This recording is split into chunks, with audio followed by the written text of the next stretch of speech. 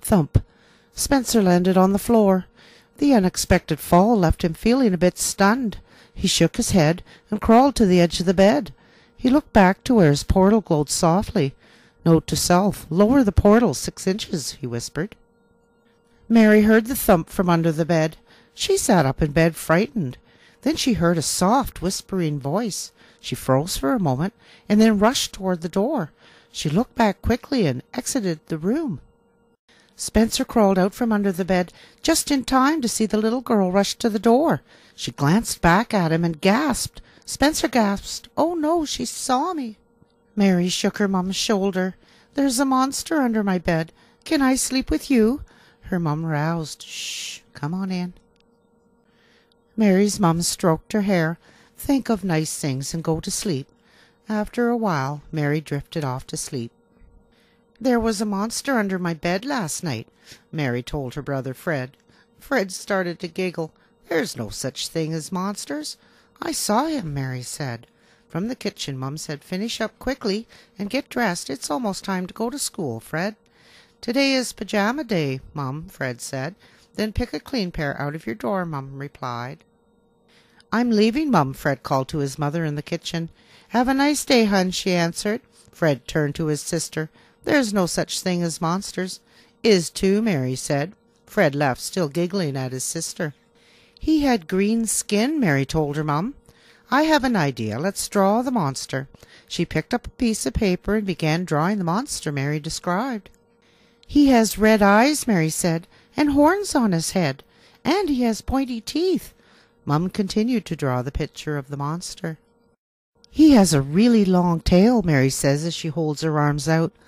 "Poor thing must not have too many friends looking like this," Mum says as she looks at the picture. "I know. What if we take away what makes him scary?" "Okay," Mary says excitedly.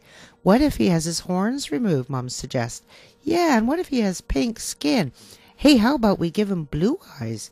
Mary says as she watches her mum redraw the monster. "He could get his teeth fixed. What if he had a bunny tail?" Mary giggled and agreed that would definitely be not scary.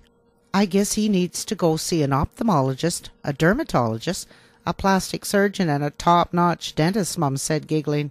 "What's an opna?"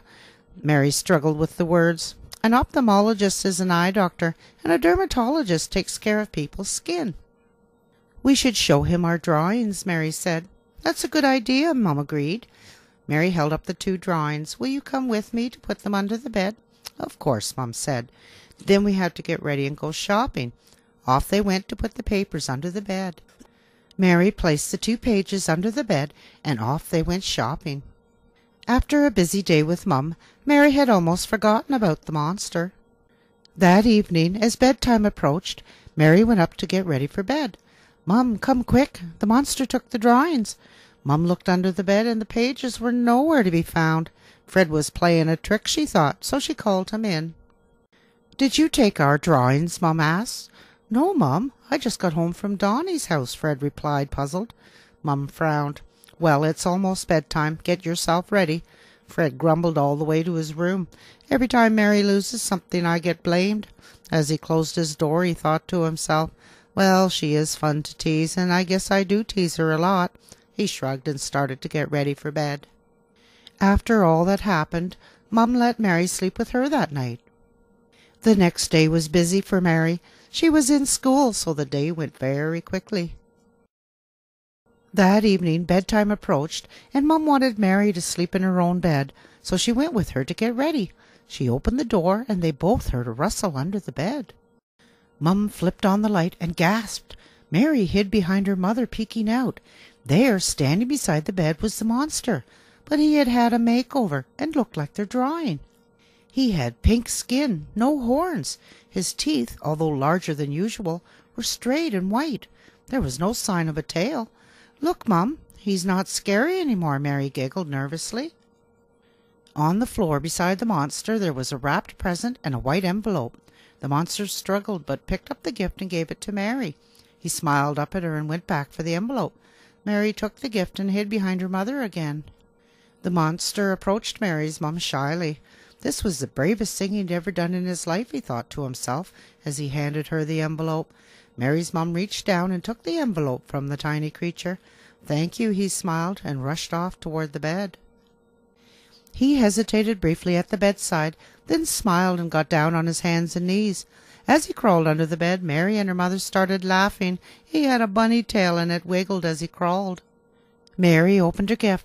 "Look, Mum, it's a tiara," she said as she happily put it on her head. "Can I play dress-up?" she asked. "Not tonight, it's getting late, but you don't have school tomorrow, so you can dress up then." Mum picked up the wrapping from the gift, and a small card fell out. She read it and asked, "Who's Janie?" Mary looked at her mum, puzzled. Somewhere across town a little girl named Janie was anxiously looking for her birthday gift, and I'm not sure, but I think her brother got blamed for hiding it.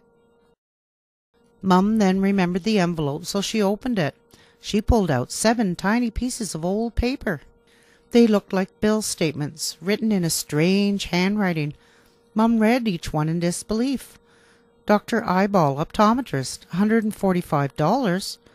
Customized contact lens, $379. Dr. Bite's Monster Dental Clinic, $4,089.74. Dr. Scales Monster Dermatology Clinic, $749.58. Monsters Drug Mart, $39.58.